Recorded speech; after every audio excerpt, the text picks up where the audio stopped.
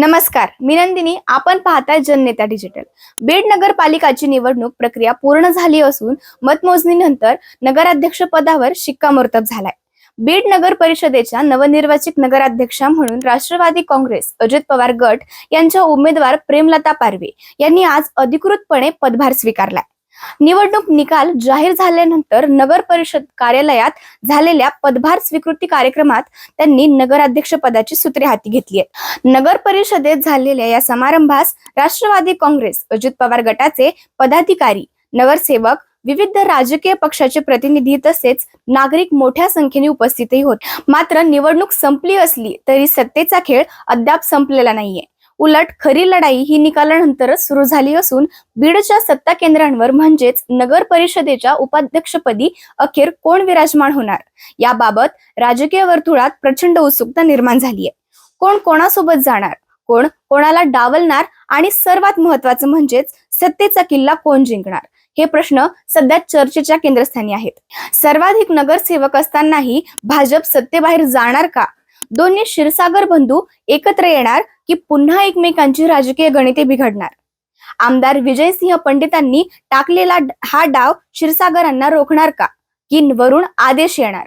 या साऱ्या प्रश्नांची उत्तरं बीडच्या राजकारणात दडलेली आहेत. राज्यात महापालिकांच्या रणधुमाळीत बीड नगरपालिकेची निवडणूक केवळ नगरसेवक निवडण्यापुरती मर्यादित राहिली नाहीये.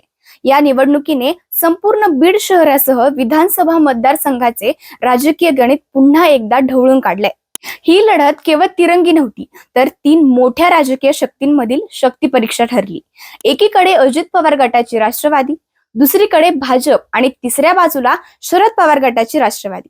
अशा अटीतटीच्या लढतीत अजित पवार गटाने नगराध्यक्ष पदासह 19 नगरसेवक निवडून आणत बाजी मारली आहे.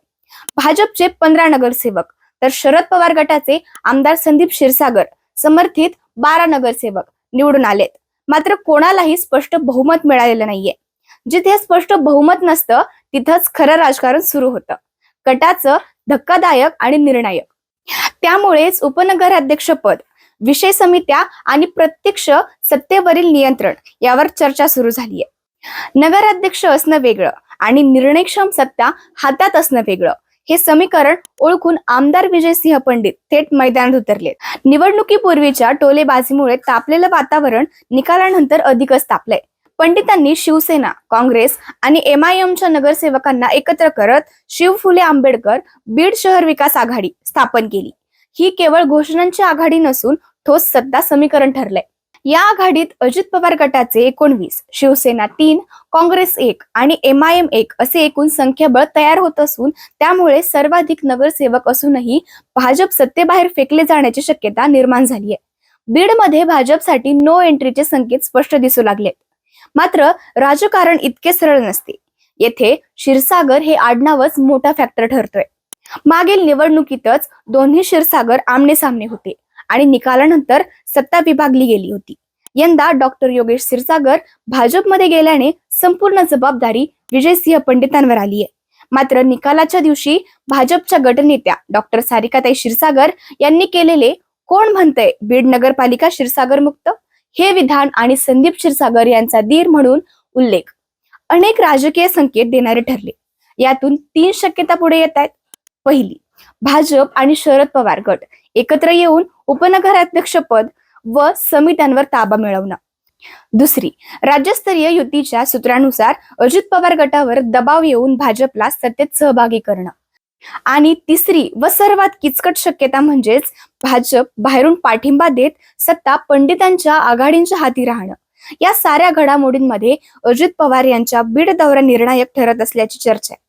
शरद पवार गटाचे आमदार संदीप क्षीरसागर यांचा अजित पवारांना वाकून नमस्कार, तर खासदार बजरंग बाप्पा सोनवणे यांच्यासह हेलिकॉप्टर मधील एकत्र प्रवास. हे सारे केवळ योगायोग आहेत की येणाऱ्या सत्ता समीकरणांची नांदी? यावर राजकीय वर्तुळात तर्कवितर्क सुरू होत आहेत. उद्घाटन कार्यक्रमातील 500 रुपयांच्या नोटांचा व्हायरल व्हिडिओही बीडच्या राजकारणात वेगळा संकेत देतोय. निवडणूक संपली असली तरी संघर्ष संपलेला नाहीये. उलट विकासाच्या नावाखाली नव्या आघाड्या आणि नवे राजकीय प्रयोग सुरू झालेत.